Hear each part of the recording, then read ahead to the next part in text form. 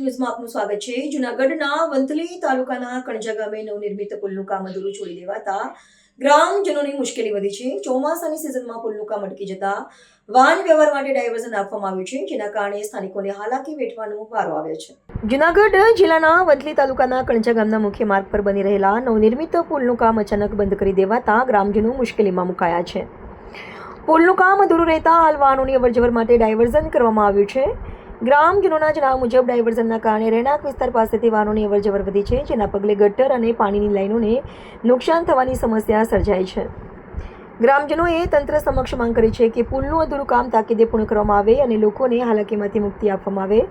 આ અંગે પંચાયત વિભાગના ડેપ્યુટી એક્ઝિક્યુટિવ એન્જિનિયર વિવેક પંડ્યાએ જણાવ્યું હતું કે હાલ ચોમાસાની સિઝન અને ભારે વરસાદના કારણે કામ સ્થગિત કરવામાં આવ્યું હતું। પુલનું માત્ર સ્લેબનું કામ અધૂરું છે અને તે વહેલી તકે પૂર્ણ થાય તે માટેના પ્રયાસો કરવામાં આવશે। મારું નામ સેમિના ફિરોજ સોલંકી છે। શું પ્રશ્ન છે? અમારો પ્રશ્ન એ છે કે અમારા ગામમાં પુલ 6 મહિનાથી અટકેલું પડ્યું છે, કોઈ કામ કરવા આવતું નથી, અધૂરું મૂકીને વયા ગયા છે। અમને તકલીફ પડે છે પૂરેપૂરી। જો અમારા રોડમાં સાધન નીકળે છે, ડાયવર્ઝન કર્યું છે અને આ ગટરો તૂટી જાય છે, હજમના ભૂંગળા તૂટી જાય છે, છોકરા આમ જાય છે, અમારે સ્કૂલે જવું છે ને તો હાલીને જવું પડે છે મેલવા હાટું। વરસાદ આવે ને તો અમે હાલી નથી શકતા।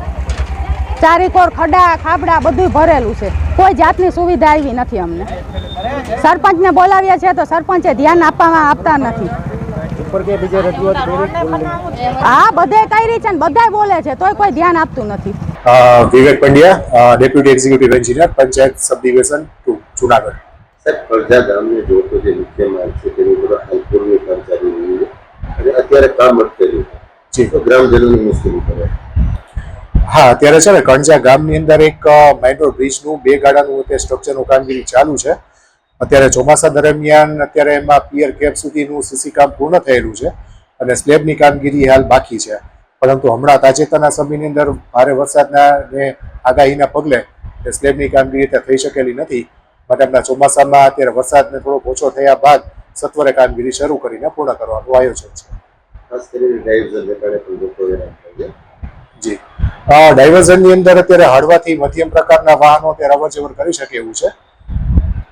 એમાં કંઈ નાના મોટું રિપેરિંગ કે કંઈ એવું કંઈ કરવાની જરૂરિયાત જણાશે તો ત્યાં અમે મેટલ કે માટી કે એવું કંઈ કરાવીને રસ્તો ટ્રાફિકેબલ રહે એવું ત્યારે મરામત કામગીરી ચાલુમાંથી કરાવડાવી દઈશું।